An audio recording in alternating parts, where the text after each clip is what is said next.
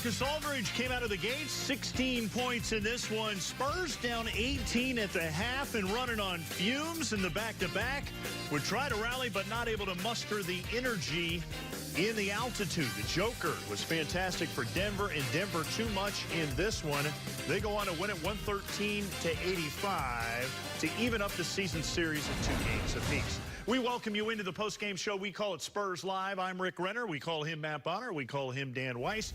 Plenty of post-game reaction coming up. And I guess when you look at this game, obviously so many playoff seedings and ramifications on the line. In this one, it was a tough back-to-back. But, boy, it didn't start off very well. When you think about Gregg Popovich getting ejected in the first 63 seconds of the game, that was the fastest ejection we have ever seen in NBA history. Yeah, and I thought the referees jumped the gun a little bit on this ejection, especially when you consider some of the reactions we've seen in the past from Coach Pop that have gotten him ejected. I thought this was kind of tame, relatively speaking.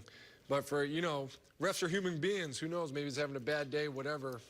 Yeah, and sometimes we've seen Coach Pop get ejected to fire his team up. That was not the case in this instance at all. You thought it was a foul. Exactly. And if the team was going to get fired up, then obviously it didn't happen in this case here tonight, as the Nuggets really were just on fire from the first quarter on in the first half. They had 22 assists in the first half, 41 in the game. And that, you know, Rick, brings me to my Dan's Diamond. You mentioned this, the fastest NBA ejection for a head coach in history. The previous fastest ejection was, and they mentioned this on the broadcast, Don Nelson was tossed by Joey Crawford 93 seconds into a game at the Target Center back on December 7th of 2004. This was the fastest ejection in the NBA since Flip Saunders of the Timberwolves got tossed 106 seconds into a game in 2012. So, I mean, you know, that's obviously probably not a record that Coach Pop wants in his laurels with the other ones that he has, but just an ominous start to the game tonight, and unfortunately it didn't get much better for the Spurs. Yeah, and